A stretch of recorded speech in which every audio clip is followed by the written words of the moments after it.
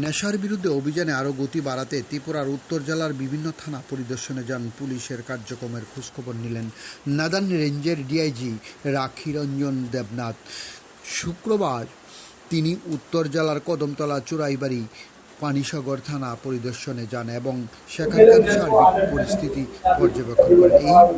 এই পরিদর্শনের সময় তার সঙ্গে হিসাবে ছিলেন উত্তর জেলার পুলিশ সুপার অবিনাশ রায়, মুখ্য পুলিশ আধিকারিক সহ জেলা পুলিশের ঊর্ধ্বতন কর্মকর্তারা। সাংবাদিকদের এক সাক্ষাৎকারে ডিআইজি রাখিরঞ্জন দেবনাথ জানান, ডিআইজি হিসেবে তার অধীনে থাকা উত্তর ত্রিপুরা, ঊনকোটি ও ধলাই জেলার আইন শৃঙ্খলা পরিস্থিতি খতিয়ে দেখা এবং তদারকি করা তার নিয়মিত কর্মসূচির অংশ। সেই ধারাবাহিকতাকেই এই দিনের উত্তর ত্রিপুরার থানাগুলিতে এই পরিদর্শন বলে তিনি জানান।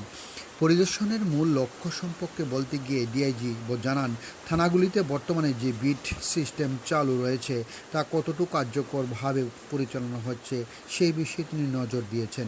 বিশেষ করে সংশ্লিষ্ট পুলিশ অফিসার, কনস্টেবল, এসপিওর নিয়ম মেনে বিট পেট্রোলিং করছে কিনা তা যাচাই করাই ছিল তার এই সফরের অন্যতম প্রধান উদ্দেশ্য। থানা পরিদর্শনের পাশাপাশি সেখানকার পুলিশ কর্মীদের সঙ্গে দীর্ঘ সময় মত বিনিময় করেন ডিআইজি। ডিওর রিপোর্ট, খোয়াই টাইমস বাংলা।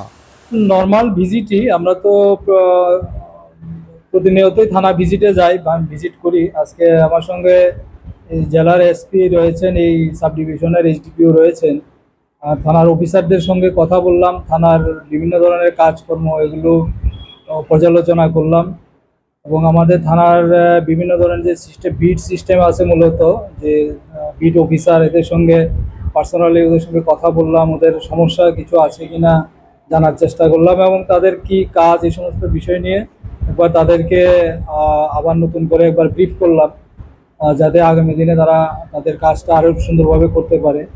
আর বাকি থানার যে সমস্ত রেগুলার কাজকর্ম বা যেটা থানার রুটিন ওয়ার্ক, এগুলো নিয়ে অফিসারদের সঙ্গে 1-to-1 কথা বলেছি। তাদেরকে আরেকবার তাদের কাজকর্ম নিয়ে তাদের থেকেও আমি নিলাম এবং তাদেরকেও আমি নতুন করে আবার ব্রিফিং দিয়েছি। এটা আমার রেগুলার ভিজিট এবং এটা প্রতিনিয়তই চলছে। এটা এই ডিস্ট্রিক্টে আজকে এখানে এসেছি। গত 2 দিন আগে আমি কমলপুরে গিয়েছিলাম, ধলাই ডিস্ট্রিক্টে। আর আমি ধলাই, ঊনকোটি এবং নর্থ তিনটাই আমি দেখি। পাশাপাশি আমার টিএসআর হেডকোয়ার্টার এবং টিএসআর ক্যাম্পগুলোও আমি ভিজিট করছি, কারণ এখানকার অত্র এলাকার যে টিএসআর ব্যাটালিয়নগুলো আছে ওইগুলো দেখার দায়িত্ব আমার কাছেই রয়েছে।